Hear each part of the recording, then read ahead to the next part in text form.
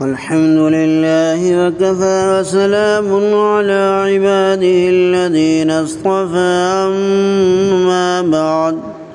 أعوذ بالله من الشيطان الرجيم بسم الله الرحمن الرحيم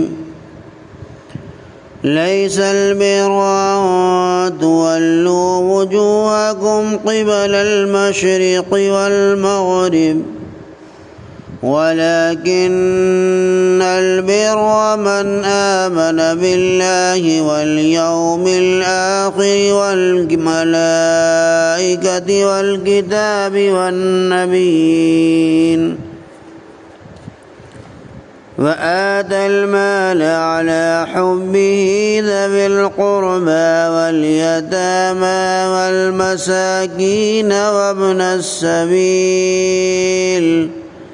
والسائلين وفي الرقاب۔ محض اپنا رخ مشرق یا مغرب کی طرف کر لینا نیکی نہیں ہے، بلکہ نیک وہ ہے جو اللہ پر، آخرت پر، فرشتوں پر، آسمانی کتابوں پر اور پیغمبروں پر ایمان رکھے، اپنا محبوب مال قرابت داروں، یتیموں، مسکینوں، مسافروں اور مانگنے والوں پر نیز غلاموں کے آزاد کرنے میں خرچ کرے۔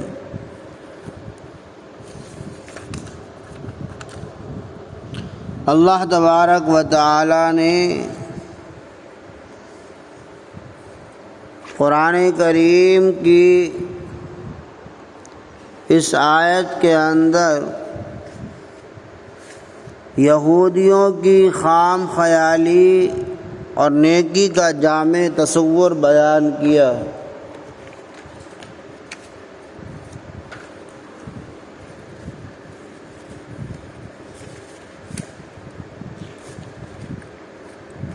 یہود مدینہ اپنے متعلق کہتے تھے کہ ہم تو بہت سے اسباب و آثار ہدایت و مغفرت موجود ہیں کہ ہم بیت المقدس کی طرف منہ کر کے عبادت کرتے ہیں اور آسمانی کتاب کی پیروی کرتے ہیں، تو پھر ہم پر عذاب کیوں ہوگا؟ ان کے اس خیال کی تردید میں حق تعالی شانہ نے اس آیت میں ارشاد فرمایا کہ کچھ سارا کمال اسی میں نہیں آ گیا کہ تم اپنا منہ مشرق کو کر لو یا مغرب کو کر لو، لیکن اصلی کمال تو یہ ہے کہ کوئی شخص اللہ تعالیٰ کی ذات و صفات پر یقین رکھے اور پورے ضابطۂ ایمان اور اعمال اور اخلاق کا پابند ہو، اللہ پر، آخرت پر، کتابوں پر، نبیوں پر ایمان۔ اللہ تعالیٰ کے نزدیک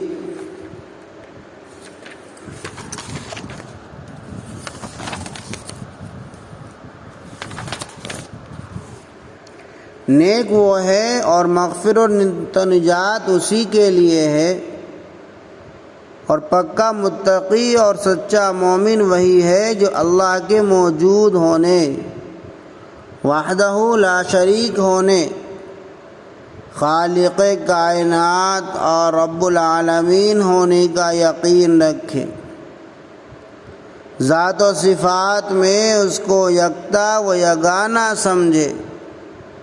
عیب و نقص کی ہر بات سے پاک اور ہر صفت کمال سے اس کو متصف یقین کرے، اور یوم آخرت پر ایمان رکھے اور ملائکہ پر ایمان لائے، ان کے وجود کو حق مانے اور یقین کیا جائے کہ وہ اللہ تعالیٰ کی ایک پاکیزہ مخلوق ہے جن میں نافرمانی کا عنصر ہی نہیں، بلکہ ان کا کام صرف اللہ کی بندگی اور اطاعت ہے۔ اللہ تعالیٰ کی کتابوں پر ایمان لائے۔ اللہ تعالیٰ نے ہدایت خلق کے لیے مختلف انبیاء اور رسولوں پر جو صحیفے اور کتابیں نازل کی تھیں وہ سب حق تھی، چونکہ پہلی کتب سماویہ اب اصلی حالت میں محفوظ نہیں، اس لیے اب صرف آخری کتاب یعنی قرآن کریم کتاب ہدایت ہے، اور اللہ تعالیٰ کے سب رسولوں پر ایمان لائے۔ اس کا مطلب یہ ہے کہ دل سے اس بات کا یقین کیا جائے کہ اللہ تعالیٰ نے اپنے بندوں کی ہدایت اور رہنمائی کے لیے وقتاً فوقتاً دنیا کے مختلف علاقوں میں اپنے برگزیدہ بندوں کو بھیجا، اور انہوں نے پوری امانت و دیانت کے ساتھ خدا کا وہ پیغام بندوں کو پہنچا دیا۔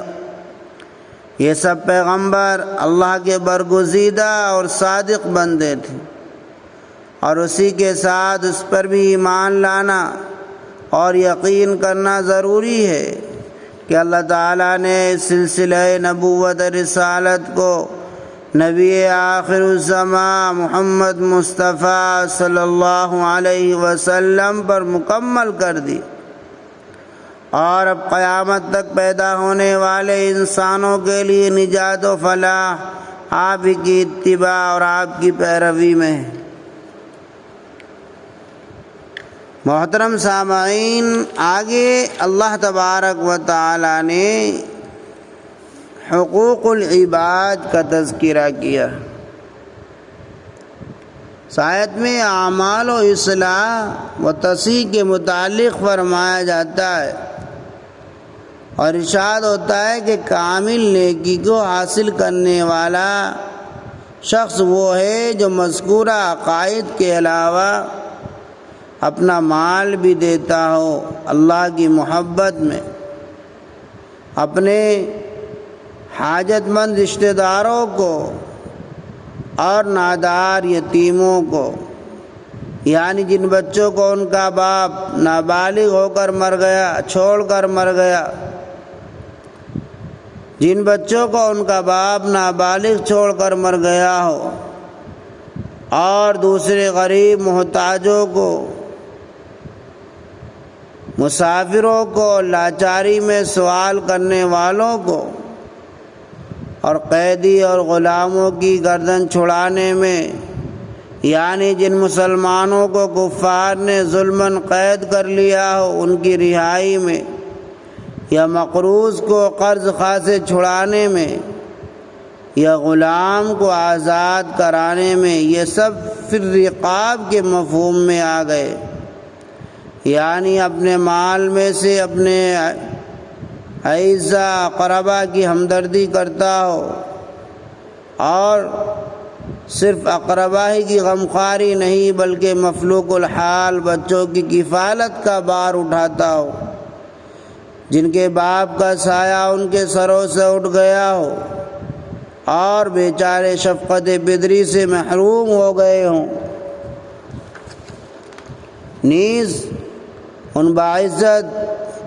غربا کی بھی پرورش کرتا ہو جو حیا کی وجہ سے نہ خود سوال کر سکتے ہیں، نہ ان کے پاس اس قدر مال ہے کہ اپنے اہل و عیال کی شکم سیری کر سکیں، نہ عوام کو ان کی حالت پر اطلاع ہے کہ کوئی ان کی خبر گیری کر سکے۔ اس کے علاوہ وہ مسافروں کی بھی ہمدردی کرتا ہے جو اپنے عزیز و اقارب، دوست و احباب سے دور غیر وطن میں سرگرداں اور پریشان خاطر ہوں، جہاں نہ ان کا کوئی ہمدم ہو نہ غمخوار، اور ان سوال کرنے والوں کو بھی اپنے مال میں سے حصہ دار بناتے ہیں جو اپنی ضرورتوں سے مجبور ہو کر دست سوال دراز کرتے ہیں، اور آخر میں ان بندگان خدا کی آزادی میں بھی کوشش کرتے ہیں کہ دوسروں کی غلامی میں یا قید میں یا قرض میں مجبور و محبوس ہیں۔ دعا کیجئے کہ اللہ تعالی ہمیں کامل نیکی و اصلاح کی توفیق عطا فرمائے، ہمارے عقائد بھی درست فرمائے اور ہمارے اعمال بھی، ہمیں حقوق اللہ اور حقوق العباد دونوں کو ادا کرنے کی توفیق عطا فرمائے۔ آمین۔ وآخر دعوانا ان الحمد للہ رب العالمین۔